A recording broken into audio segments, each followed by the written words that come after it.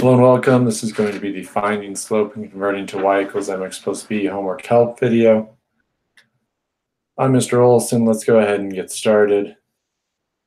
We start with two problems where we need to find the slope of each line, going from equation to slope. When it's in slope-intercept form, it's as easy as just picking out the value that's in front of x, the coefficient of x.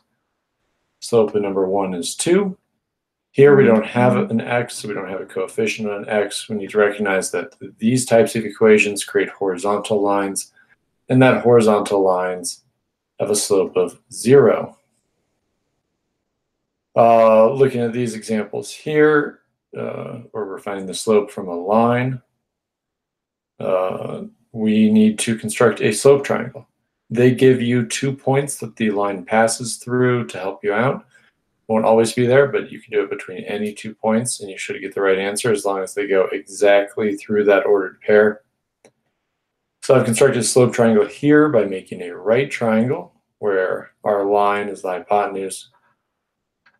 And then I want to go from this point, my leftmost point, to my rightmost point, walking along the lines. If I go right or up, it's positive. If I go left or down, it's negative. So let's see, I'm going to go 1, 2, 3, 4, 5 units to the right here. 1, 2 units up. Then I'm going to use the formula rise over run. I went up 2, so that's my rise. I went 5 over, so that's my run. All right, we'll pick one example here. Number 6. For finding the slope of a line that goes through each pair of points, the first thing I need to do is find the slope. So in number 6, I'm going to find the slope. In order to do that, I need to label my points, and I always label them the same way. x1, y1, x2, y2. And then we plug them into our slope formula, y2 minus y1 over x2 minus x1. So let's see, we've got 9 minus a negative 16 divided by 18 minus a negative 12. 9 minus a negative 16 is the same as 9 plus 16. That's going to be 25. 18 plus 12 is a 30. This fraction here can be simplified by dividing the top and the bottom by 5. And I'm going to get a slope of 5/6. That's my m value. Now I'm going to use point slope formula to finish out the rest of this. Let me create a little more space.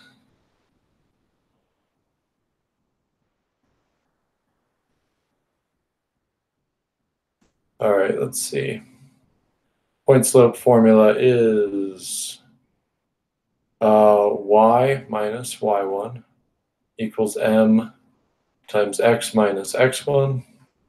We can pick either of our points to be the x1, y1 combo. I'll pick the second pair to be x1, y1. You know, it says x2, y2 down here. Maybe that could be a little confusing. Make sure you're keeping it straight. So y minus my new y1, which is 9, equals m. Well, I don't have to write m because we just calculated for m. M is 5/6 times x minus my new x1, which is 18. I'm going to go ahead and distribute that 5/6. Y minus 9 equals 5/6 x. And 5/6 of 18 should be 15.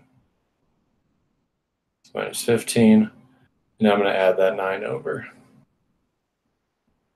So now it's going to be in slope-intercept form, the y equals mx plus b form.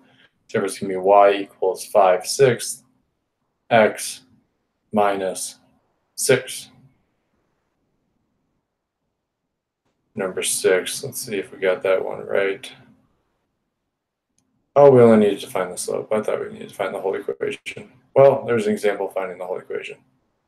Finding just the slope, yeah, all we needed was the 5/6. Okay, sketch the graph of each line. In order to do this, the first thing I look at is the y-intercept. Y-intercept for this one is -3, so I can add a -3, put a point on my y-axis. It's labeled y right there for you. Then I take a look at the slope. 1/2 means up 1, over 2. Remember, rise over run. So from this point, I'm going to go up 1 over 2, up 1 over 2, up 1 over 2. Now I've gone off the graph this direction. How do I move back the other direction? Well, I can take that slope, multiply it by -1, and I'll get -1 over -2. This means down 1, left 2, down 1, left 2. And you can see my points fall on that same line.